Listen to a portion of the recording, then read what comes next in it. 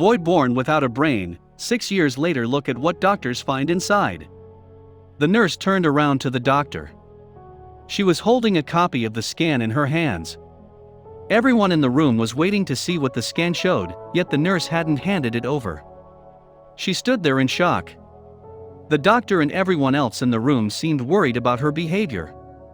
A call of her name snapped her out of it. She handed the scan over to the doctor. When he saw it, he understood her shock. Shelley and Rob Wall had a happy marriage. They lived an idyllic life in Cumbria in northwest England with their 2 daughters. They believed that they were good parents and that they had a lot of love to give. With such a great capacity to love, they decided that there was only one thing that they could do to give them peace of mind. After deciding that they wanted to have more children, Shelley successfully became pregnant. The pair were delighted at the prospect of another kid. In a house full of girls, both Shelley and Rob wanted to have a son. For Rob, it would mean having a boy that he could bond with over football and sports that his daughters simply weren't interested in. However, a trip to the doctor's office put those dreams in doubt. Trips to the hospital are regular occurrences during pregnancy. The health of both the mother and the baby need to be closely monitored. Shelley and Rob didn't need to have this explained to them. They had been through it twice before and felt comfortable with the experience. However, their comfort was conditional to the experiences being good. This latest visit to the doctor wasn't good. In fact, it was terrible. The baby boy in Shelley's womb had an abnormality in his skull. It appeared as though he only had 2% of his brain. Naturally, this news was devastating for Shelley and Rob. They had so many hopes and dreams for their child. Now, the quality of that child's life would drop dramatically. A bleak picture of the life that child would live was painted by the doctor. Noah had developed essentially no brain matter at this juncture, and he also had spina bifida, a birth defect that occurs when the spine and the spinal cord don't form properly. Seeing upset Shelley and Rob were, the doctor made a radical proposal. Abortion is often a drastic option for any mother to take. As far as the doctor was concerned, the drastic option was the right one in this case. He told them that the life expectancy of their boy would likely be short, and even if it wasn't, he would require constant care. Was this the kind of life they wanted for their boy and for their other daughters? Shelley and Rob had a decision to make. Shelley and Rob thought things over. They went home and looked at their girls, not having the heart to tell them the bad news. They adored their children and hated to ever see them sad. In the adoration, there was an answer. Shelley and Rob had committed to having a new baby. If they had been younger, they may have opted for abortion, they said. But they would love this child no matter what. They would keep the baby.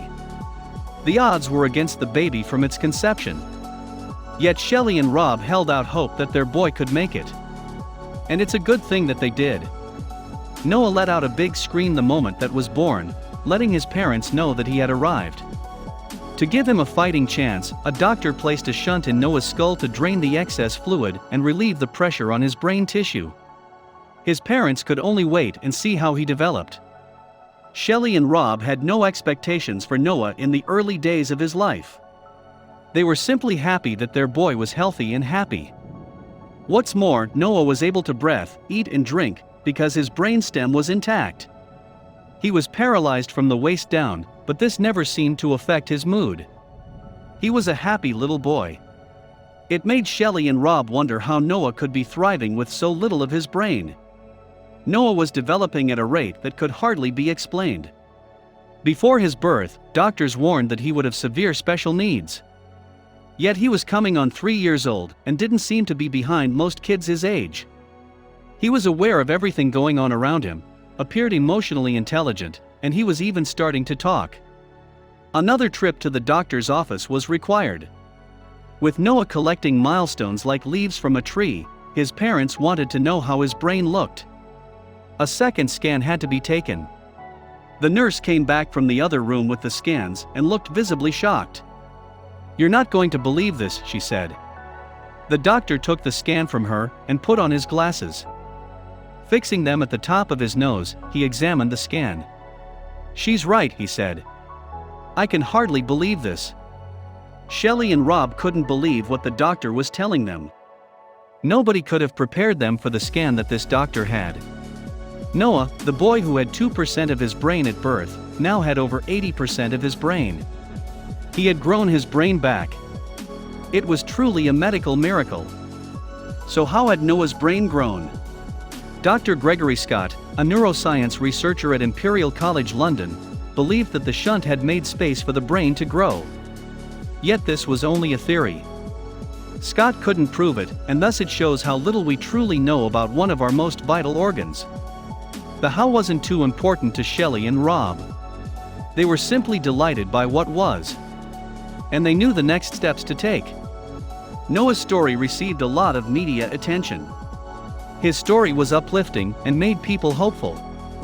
On one media appearance, Shelley and Rob announced that they intended to further Noah's development on a trip to Australia.